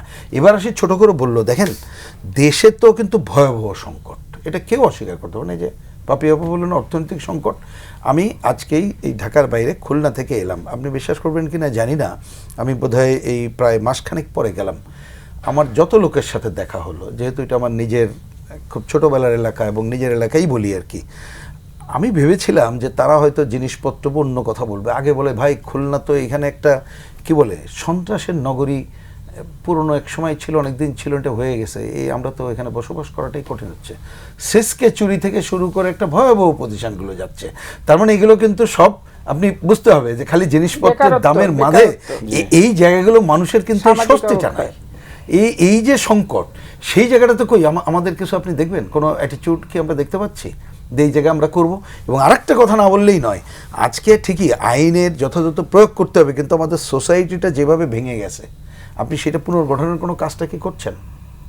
কোনোটাই কাজ করছেন না। যদি কোনো একটা জায়গায় সমাজ না থাকে, আপনি মাদকের কথা বলেন আর যাই বলেন, কোনোটাই কিছু পারবেন না।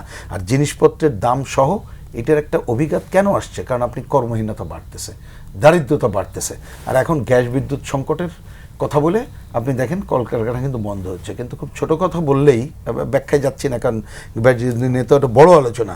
অন্তত পক্ষে সরকারকে আশু মধ্যমেয়াদী এবং দীর্ঘমেয়াদী তো পরিকল্পনা করতে হবে। কিন্তু আমার কাছে মনে হচ্ছে যে পুরো পরিবেশ পরিস্থিতি দেখে একসময় যেমন কুইক রেন্টাল আমরা আনছিলাম, তার আজকে একটা সংকটের মধ্যে দাম বেশি দিতে হচ্ছে। আমি দেখছি যে আশু সংকটে এখানে কয়লা সিন্ডিকেট, এলএনজি সিন্ডিকেট, নতুন সিন্ডিকেটের কিন্তু আবির্ভাব ঘটে গেছে। তারাই কিন্তু বেশি দামে কিভাবে আনা যায় সেইটাই আপনি দেখবেন।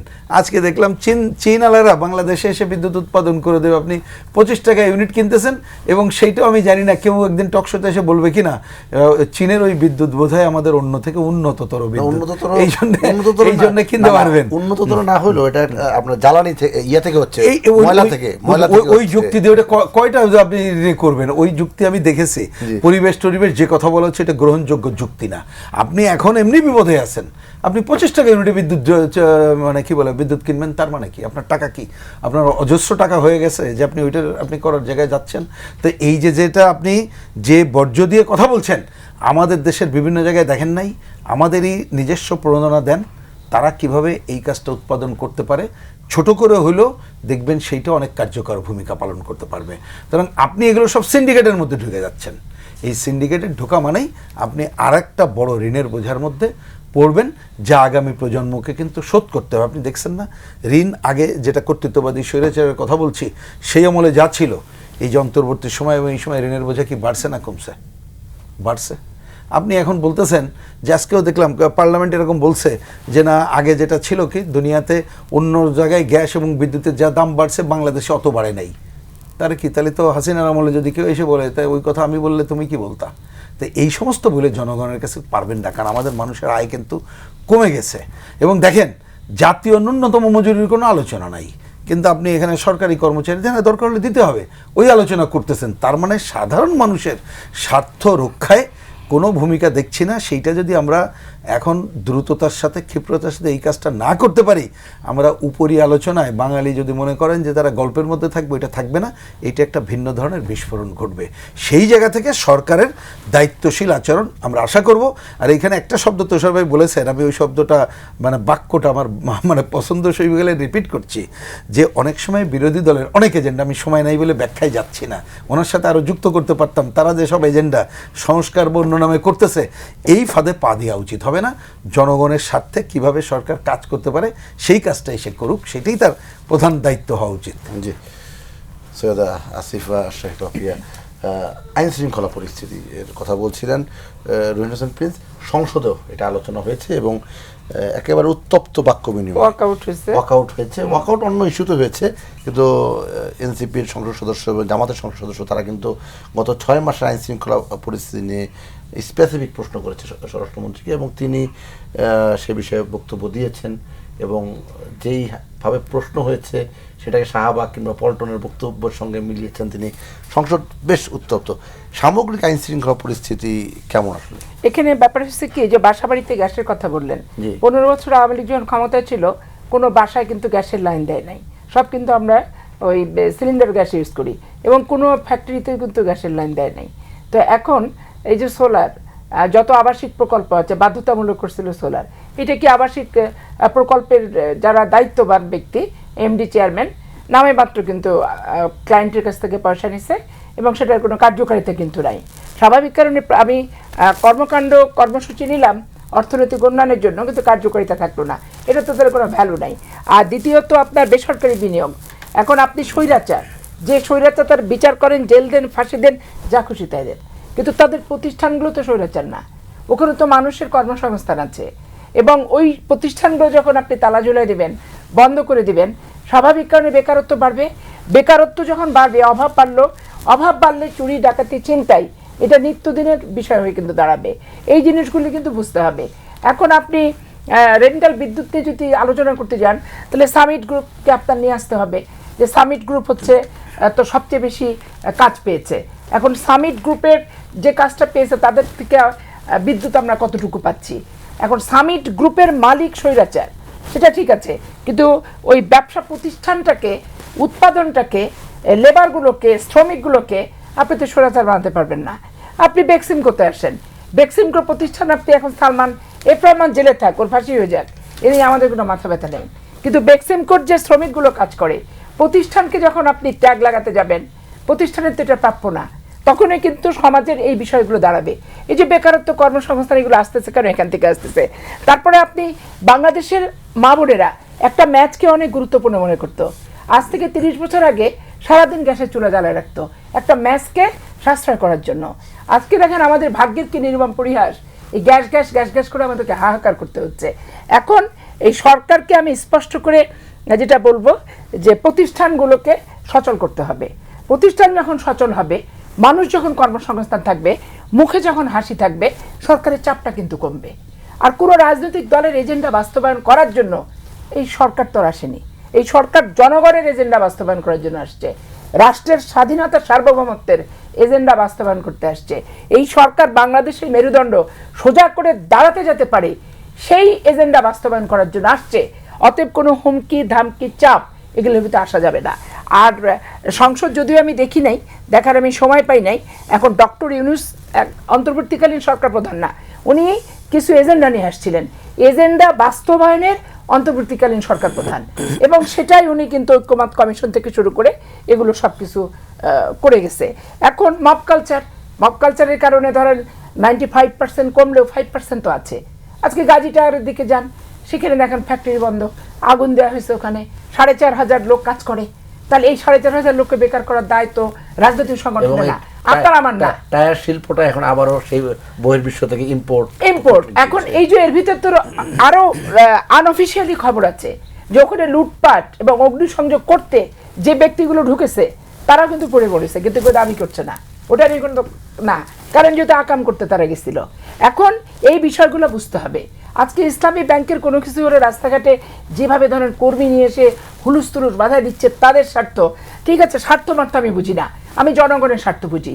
জনগণের কর্মসংস্থান আমি কেড়ে নিতে চাই না, উৎপাদনশীল শিল্পকে আমি অনুৎপাদনশীল খাতে রূপান্তরিত করতে চাই না, স্থবিরতা কাটাই দিতে হবে। একটা মিল কারখানার চাকা যখন ঘুরবে, সেটাই হলো আমার স্থবিরতা কাটানো, এবং চাকা না ঘুরলে কখনো মুনাফা আসবে না এবং এখানে স্বস্তি আসবে না। অর্থনৈতিক চাকা যত ঘুরবে তত বিনিয়োগ বাড়বে। এই ব্যবস্থাগুলো সরকারকে চিন্তা করতে হবে। ওই কাকে এখন ট্যাগের ফটোকপি করে করে কাট পেস্ট করে রেখে দিলে এর গায়ে লাগাবে, ওর গায়ে লাগাবে, স্বৈরাচারের ট্যাগ, মানুষ থেকে মিল কারখানা সব জায়গায়, এগুলো পাত্তাই দেওয়া যাবে না গভর্নমেন্টকে জনগণের ম্যান্ডেট আছে, হ্যাডম নিয়ে জনগণের স্বার্থে শক্ত ভূমিকা রেখে কাজ করতে হবে। জি, মঞ্জুর, আবার অনেক শক্ত কথাই বললেন এই কথার পরে আসলে হ্যাডম নিয়ে কাজ করার হ্যাডম নিয়ে কথা আসলে বলছে, সহজ কথা, জি। কঠিন না তো। অ্যাডামটা তো দেখাতে হবে নিজের দলের চাঁদাবাজদের বিরুদ্ধে, হ্যাঁ, ঠিকই বলেছেন। অ্যাডামটা দেখাতে হবে এই যে যারা ছিনতাই সমস্যা করছে বা বিভিন্ন শিক্ষা প্রতিষ্ঠানে সন্ত্রাস করছে বা যারা টেন্ডারবাজি করছে তাদের বিরুদ্ধে। এখন হ্যাডাম তো বিরোধী দলের বিরুদ্ধে দেখায় লাভ নাই। বিরোধী দলকে আপনি তার যে অভিযোগ, সেই অভিযোগের যদি আপনি পাল্টা জবাব দিয়ে দিতে পারেন কাজ দিয়ে, তাইলে ওইটাই হচ্ছে আসলে সরকারের হ্যাডম। আমি এখন যে আলোচনাটা এখানে কিছুটা মানে প্রাসঙ্গিক আলোচনা হিসেবে এসেছে যে মার্কিন যে বাণিজ্য চুক্তিটা, আপনি একটু চিন্তা করে দেখেন আমরা এরকম একটা চুক্তি করতে গেলাম কেন? অ্যাজ এ হোল ধরেন আমেরিকা অনেক কিছু শর্ত দিয়েছে, এটা তো আমরা দেখেছি যে এই ট্রাম্প প্রশাসন, এখানে আমি যদি দায়ী করি ট্রাম্প প্রশাসনকে, যে সে একটা তার যে রেসিপ্রোকাল ট্রেড, যে বিভিন্ন দেশের সাথে তাদের যে বাণিজ্য অসমতা আছে এটা দূর করার জন্য সে হঠাৎ করেই তার মানে ইয়াটা বাড়িয়ে দিলেন, ঠিক আছে? সেই প্রেক্ষিতে কিন্তু সারা পৃথিবীতে একটা তোলপাড় হয়েছিল, মনে আছে আপনার। এবং আমাদের গার্মেন্টস শিল্পের উপরে 30% মানে এটা কি বলে যে কর বা শুল্ক আরোপ করেছেন। এখন আমেরিকার কাছে আমি নত জানুক কেন, তার কাছে আমার স্বার্থটা কি? আমি তো তার কাছে পোশাক বিক্রি করি, তার কাছে আমি মাল বিক্রি করি, কিন্তু সে আমার কাছ থেকে কেনার মতো তার কিছু নাই, তার কাছ থেকে কেনার মতো আমার কিছু নাই। তো তার কাছ থেকে কেনার যা যা আছে সেগুলোর উপরে আমাকে এখন আটকে ফেলেছে। তুলা কিনো, এটা কিনো, সেটা কিনো সে বলেছে। এখন কারণ সে যেহেতু বাণিজ্য অসমতা দূর করতে চায়, এখন আমার যদি অল্টারনেটিভ পোশাক বিক্রির মার্কেট থাকে, আমি যদি অন্য জায়গায় আমার এই পোশাকগুলো বিক্রি করতে পারি, তাহলে তো আমার আমেরিকার সাথে নতজানু হওয়ার দরকার নাই। আমেরিকা কিছুটা চাপে ফেলে আমাদেরকে এটা করেছে। এখন আমরা যেভাবে ধরেন এটার জন্য মনে করছি যে ওই আলোচনাটা আমরা যাচ্ছি না, আমরা যারা এটা বিরোধিতা করছি আমরা একচাটিয়াভাবে বলছি যে এটা একটা দাসত্ব চুক্তি করেছে, এটা একটা পারপাসফুলি করেছে। পারপাসটা তেমন না যে আমরা আবেদন করে চুক্তিটা করেছি।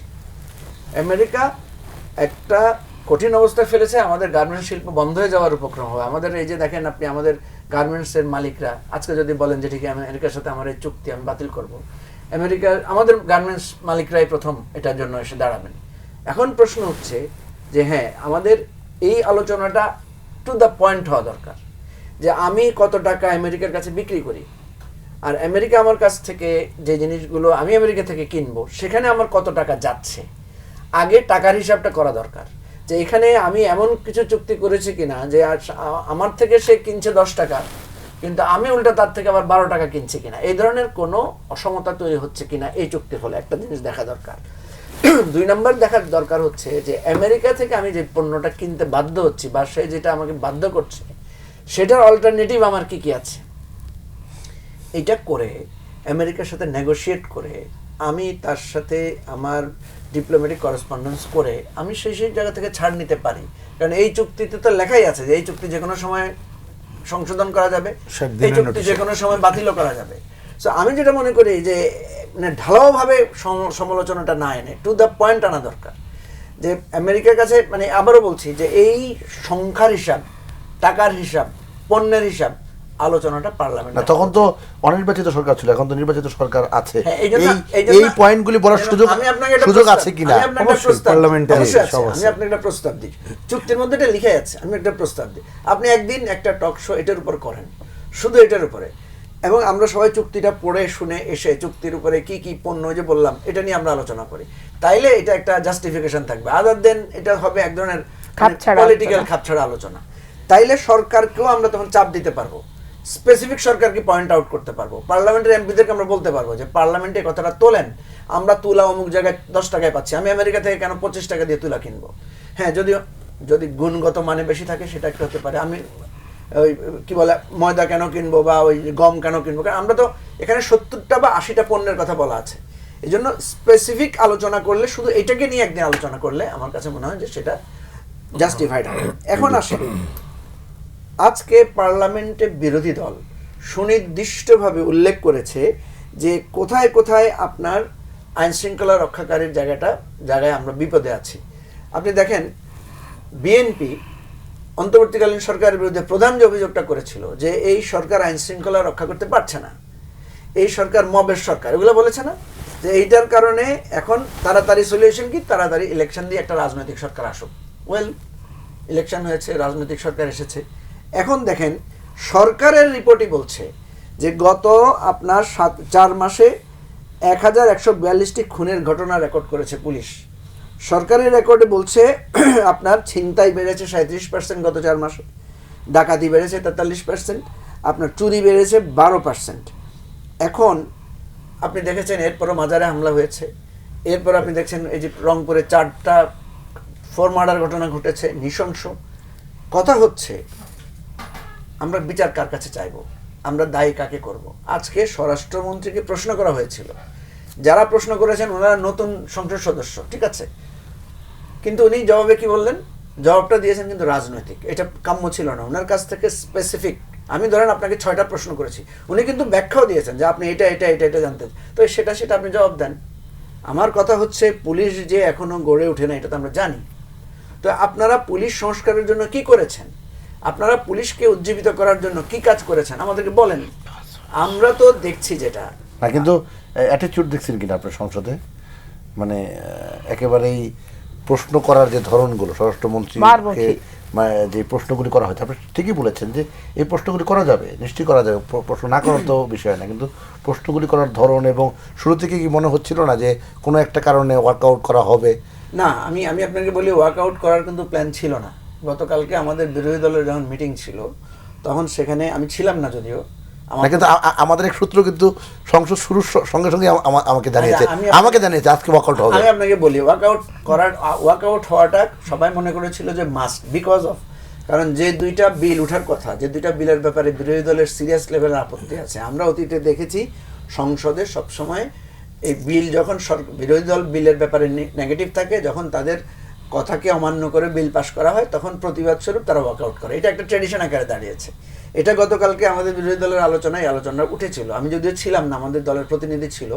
সেখানে বলা হয়েছিল যে এই ট্র্যাডিশনটা কিভাবে ভাঙা যায়, ওয়ার্কআউটের বিপরীতে আমরা অন্য কিছু করতে পারি কিনা, কালো পতাকা দেখানো বা কালো ব্যাজ ধারণ করা যায়। কিন্তু সমস্যা যেটা হয়েছে আজকে, কথার যুদ্ধটা হয়েছে বেশি। স্বরাষ্ট্রমন্ত্রী কিছু স্পেসিফিক কথা বলাতে, যেটা বিরোধী দলের নেতা আবার বলেছেন আপনি আপনাকে মাস্টার মনে করেন, আমরা কি আপনার ছাত্র নাকি, আপনি সবসময় এটাকে শাহবাগ চত্বর বা পল্টন চত্বর বলেন। এই জায়গাগুলো সিনিয়র লিডারশিপ থেকে কাম্য না। আমাদেরকে মনে রাখতে হবে কথার আঘাত খুবই ভয়াবহ, যুক্তি এবং আলোচনা গ্রহণযোগ্য, কিন্তু কথার আঘাতের কারণে অতীতে কিন্তু বহুবার পার্লামেন্ট অকার্যকর হয়েছে, বহুবার পার্লামেন্ট বন্ধ হয়ে গেছে, ইভেন পার্লামেন্ট থেকে বিরোধী দল পদত্যাগ করেছে অতীতে। সুতরাং আমাদেরকে মনে রাখতে হবে বহু কষ্টের এই পার্লামেন্ট, এটার জন্য সবাইকে যত্নশীল হতে হবে। ওটা শেষ পর্যায়ে আব্দুল মুত্তার স্যার কথার আঘাতের কথা বলছিল, স্পিকার কিন্তু বলেছেন যে আপনারা এমন কোনো আচরণ করবেন না যে আচরণের মানে পারস্পরিক যে সৌহার্দ্যটা নষ্ট হয়। কথা যুক্তি দিয়ে বলতেই পারেন, কিন্তু স্পিকারের কথা তো এক পর্যায়ে দেখলাম আমরা শুনছেন না কোনো পক্ষই।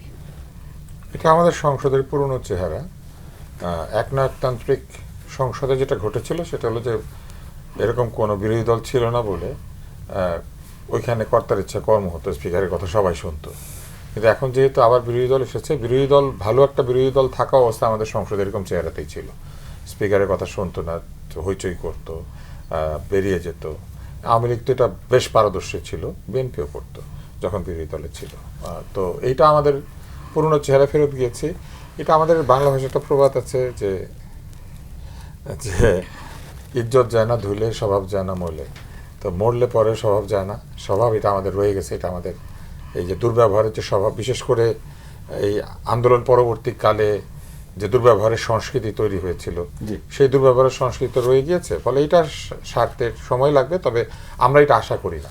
স্পিকার যেটা বলেছেন সেটাই ঠিক, যে সংসদের মধ্যে আচরণ সংসদ সদস্য সুলভ হওয়া উচিত, যাতে আমরা তাদের তর্ক থেকে, তাদের কথাবার্তা থেকে কিছু শিখতে পারি বা আচরণ থেকে কিছু শিখতে পারি। তবে এটা খুব সহজে বদলাবে না। যে দেশের রাস্তাঘাটে আদব কায়দা নাই, সে দেশে আপনি শুধু সংসদের মধ্যে আদব কায়দা আশা করবেন, এটা হবে না।